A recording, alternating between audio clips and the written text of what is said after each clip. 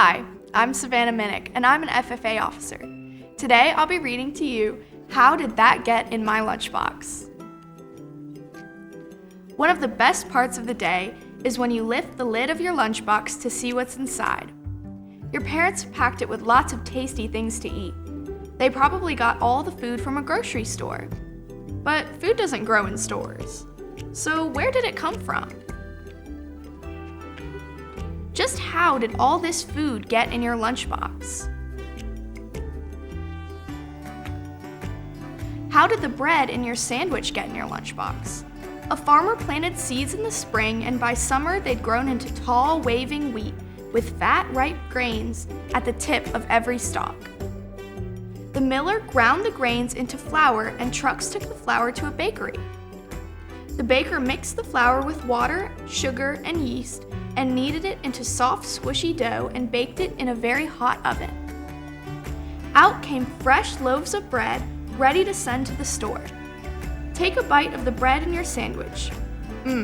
Crusty on the outside and soft in the middle.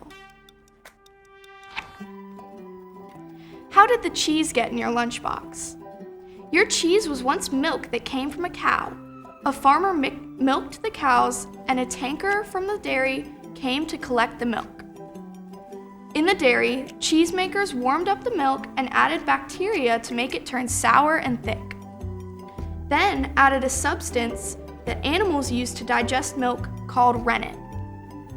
And it changed again into tiny bits called curds, floating in whey. They drained off the whey, chopped up the rubbery curds, added some salt, and pressed them into blocks.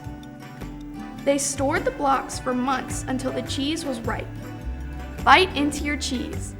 It's creamy and smooth, but tasty too, and tingly on your tongue. How did your tomatoes get in your lunchbox? Last summer, your tomatoes were growing in big plastic tunnels full of tomato plants. The sun and the warmth made the plants grow tall and bloom with yellow flowers. As each flower died, a tiny green tomato fruit began to grow from its middle. Day by day, the plants sucked up the water, and the tomatoes swelled from green to orange to red. When bunches of ripe scarlet tomatoes dangled from the branches, the grower picked them, sorted them, packed them, and sent them to the store. Pop one in your mouth and squish the sweet, sour juice out. Hi, I'm Sarah Shrewsbury, and I'm going to be reading the other half of How Did That Get in My Lunchbox. How did your apple juice get into your lunchbox? Last spring, the apple trees in the orchard were full of flowers.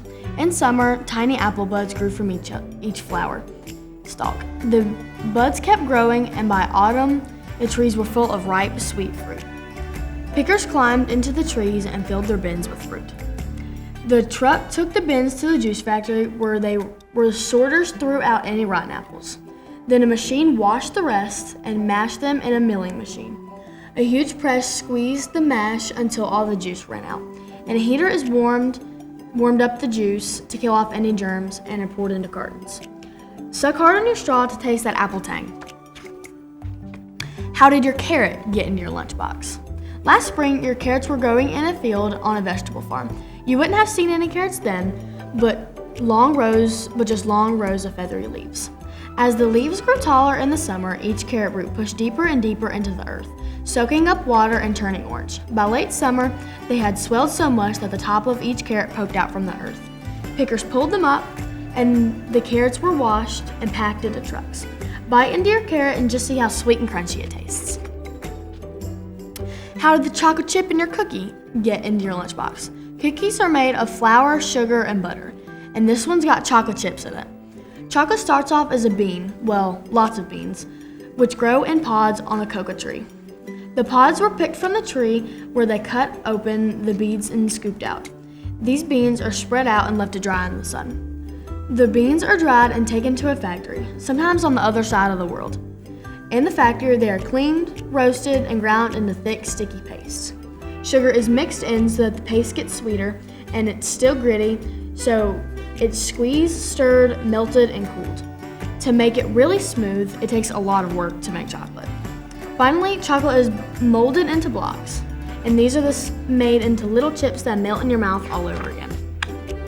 How did your clementine get in your lunchbox? In early summer, the trees in the clementine grove were full of sweet-smelling, waxy flowers. As the flowers died, a tiny green clementine berry began to grow out of each one. The clementines swelled in the warm sun, turning green to yellow. By the time cooler winter arrives, the clementines had turned orange and were so heavy and full of juice that they made the branches droop. The pickers climbed the ladders to reach them. They had to wear gloves so they don't bruise the tender fruit inside the skin.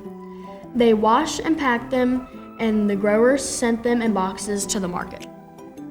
It's easy to peel a clementine, and then all you have to do is pop in the juicy pieces into your mouth. Most clementines are seedless. You've eaten it all, from the first bite of bread to the last piece of fruit.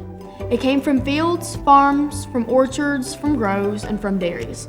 So many people have helped bring it to you. Farmers and bakers, cheese and chocolate makers, pickers and packers, and truck drivers. And now it's all in your stomach, starting to do the job that food does. Helping you grow taller, stronger, and giving you that get up and go. You need more to be healthy than just lunch to make you grow and keep you healthy. Every day, you need to choose food from one of these sections on this plate. Most of your food should come from the fruits and vegetables and carbohydrates section. These foods are just as important as carbohydrates, fruits, and vegetables, but your body doesn't need as much of them. Carbohydrates. These foods fill you up fast and giving you the energy to keep up and going. Fruits and vegetables. Your body needs lots of these to keep you healthy. Protein. These are bodybuilders to help you keep growing those few extra inches. Dairy. They're the bone builders. They also keep your teeth strong.